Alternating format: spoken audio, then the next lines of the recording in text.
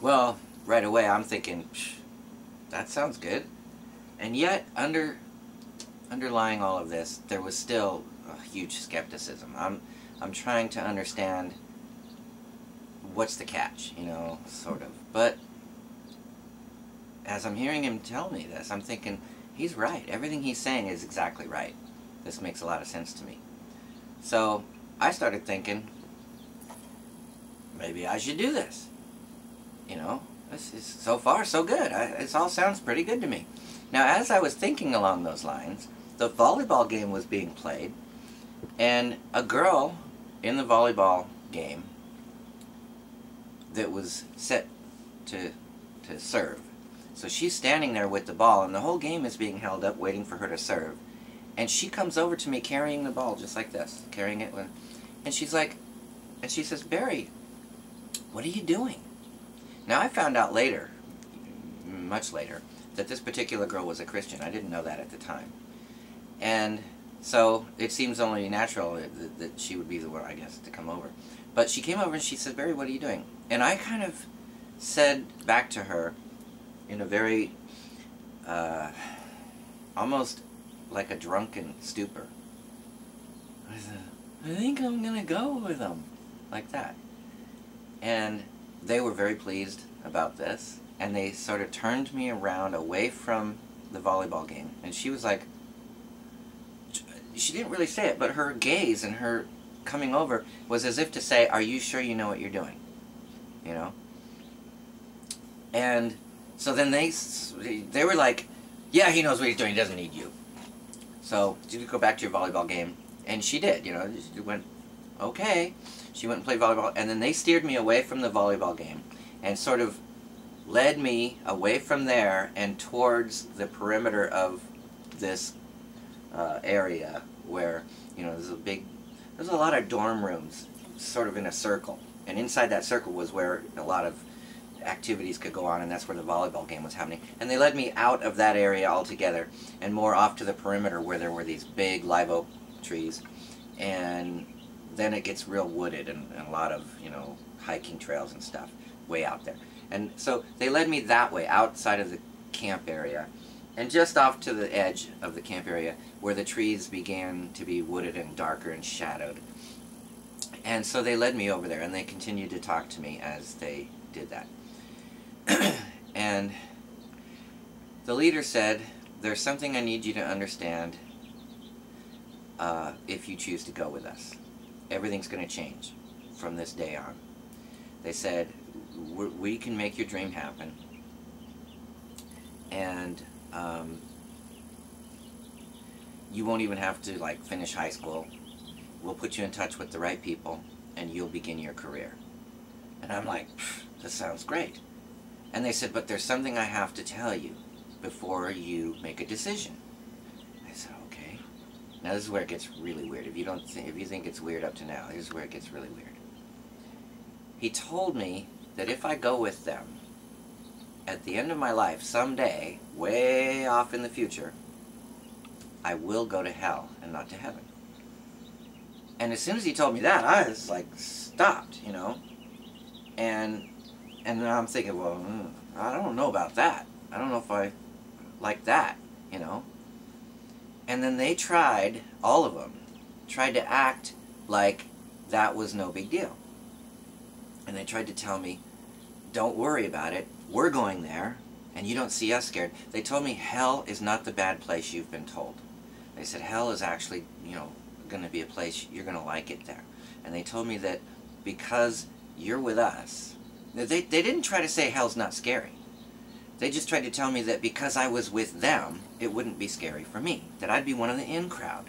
And so it was like they were saying, you know, by signing up with us, you're going to be in a new status. You're going to be in a new credential. You'll be a VIP, celebrity. I don't know how he put it, but he was just basically saying, because you're with us, you'll be protected. You know, you're with us. Nobody's going to hurt you. You know, and so don't worry about it. It's not a bad thing. And he said, but I needed to let you know that. And then as he was saying that, like I said, the other guys who didn't really talk much, but they sort of agreed with it, this is one of those times. because they all started playfully pushing each other around and saying, "Oh, you go to hell. Oh, we're going to hell. Oh, it's going to be scary. Aren't you scared? I'm so scared." And they were making fun of it, like, yeah, you know. And so they were just making it out like it was nothing to be afraid of, nothing bad. And so I was stupid enough to be going, "Okay, that sounds good." And I actually was trying it on. I was like, "Okay, if you say so." That's what I wanted to believe. And the weird thing is, part of me knew what they were saying was a lie. Just like any lie. If you hear a lie and you know it's a lie, you feel like, come on, you could do better than that. I'm not going to believe that. I know that's a lie. But there was all kinds of simultaneous reasons why I wanted it to be true. You know, wouldn't it be nice if it is true? What if it is true? How do I know it's a lie? So I was having this kind of back and forth thing going on all the while. And a big part of me was wanting to go along with them and wanting what they were saying to be true, because I was flattered by their attention. They were like older guys. When you're a young kid and the older guys down the street are into something that's bad, that, you know, they're stealing, they're smoking pot, or they're doing whatever they're doing, and they invite you into their circle. You know you're the young punk that they don't really like, and they don't really have any reason to like you, but they like you. They let you in. All of a sudden, you want to please them. You know? You're like, wow, what do I have to do? And then they try to get you to do something you know is wrong, and they tell you, "It's not bad, try it, it's good for you. Let's go steal something. Let's go do something crooked. Let's just go be bad." And you're going, "Oh, that's wrong." "Oh, come on. What are you afraid you'll get in trouble?" You know, that's exactly what I was going through. It's exactly what it felt like. And so I wanted to please these guys, even though everything in me told me, "I think they're lying.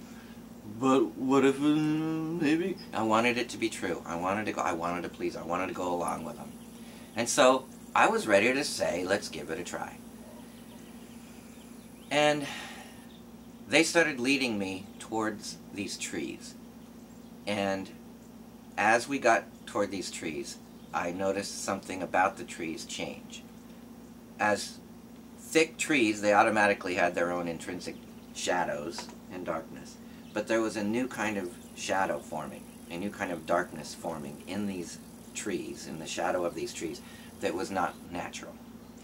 And there was almost like an opening in a cave, a tunnel of blackness and thick smoke, to where you couldn't see very far into it, but you could see that it was like a tunnel, but it, you know, hard to describe, but it was very real, very much there.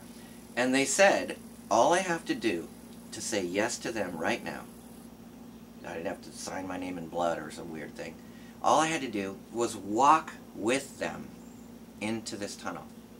And if I did, that was my way of saying yes. Now this gets really significant with something I saw on the internet not long ago.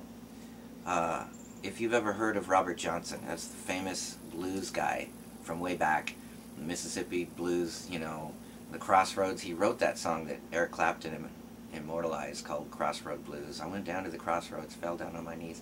That song is all about selling your soul to the devil.